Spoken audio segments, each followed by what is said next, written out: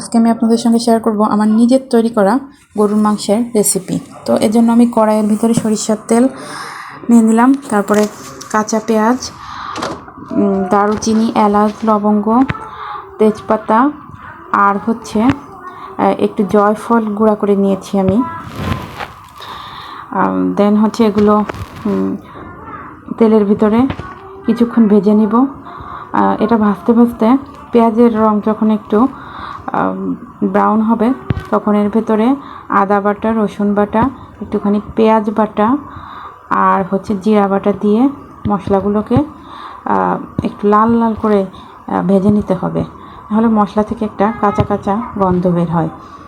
তো মশলাগুলো এইভাবে ভাজতে ভাজতে যখন লাল লাল হয়ে যাবে তখন এর ভেতরে একটু ধনিয়ার গুঁড়া, হলুদের গুঁড়া আর শুকনো মরিচ এর গুঁড়া অ্যাড করব। দেন একটু পানি দিয়ে মশলাগুলোকে কষাতে হবে। মশলা কষানো হয়ে গেলে এর ভেতরে আমি মাংসগুলো দিয়ে দেব। গরুর মাংস আমি আগে থেকেই ধুয়ে পানি ঝরিয়ে রেখেছিলাম। তো মাংসগুলো দিয়ে আমি একটু ভিতরে আবার গরম মশলা আমার নিজের তৈরি করা এটা অ্যাড করি কষানোর সময়।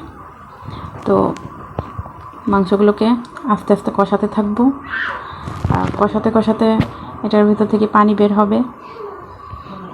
দেন মাংসগুলো কষাতে কষাতে একদম যখন তেল তেল উঠে যাবে তখন বুঝতে হবে যে মাংসগুলো কষানো শেষ। তো মাংস কষাতে কষাতে এর ভেতরে আমি দুটো আস্ত রসুন দিলাম আর এটাকে কি বলে, চুই ঝাল, খুলনা এলাকার বিখ্যাত চুই ঝাল। আমার ছোটো দেবরের শ্বশুরবাড়ি খুলনাতে, তো সেখান থেকে এই চুই ঝালটা আনা হয়েছে।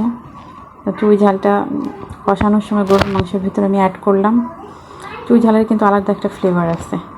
দেন মাংসগুলোকে, আমার হাতে একটু সময় কম ছিল তাই প্রেশার কুকারে দিলাম। প্রেশার কুকারে দিয়ে মাংসগুলোকে একটু সুন্দর করে সিদ্ধ করে নেব। তো মাংসগুলো প্রেশার কুকারে সিদ্ধ হতে হতে এদিকে আমি একটু সরিষার তেল দিয়ে তার ভিতরে একটু কাঁচা পেঁয়াজ, রসুন আর একটা শুকনা মরিচ দিয়ে ফোড়নের মতো ভেজে নিব। তো ফোড়নটা যখন আমার একদম কমপ্লিট হয়ে যাবে, লাল লাল করে ভাজা হবে, এই ফোড়নের ভিতরে ফোড়নটা একপাশে রেখে দিব আর গরুর মাংস যে রেখেছিলাম গরুর মাংসের ভিতরে একটু মশলা অ্যাড করে দেন গরুর মাংসটাকে এই ফোড়নের ভিতরে দিয়ে একটা জাল করব।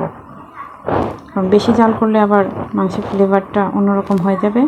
তো তৈরি হয়ে গেল আমার মজার গরুর মাংসের রেসিপি। কেমন লাগলো আপনাদের সবাই? আপনারা কিন্তু এভাবে বাসায় ট্রাই করে দেখতে পারেন, খুবই মজার হয়।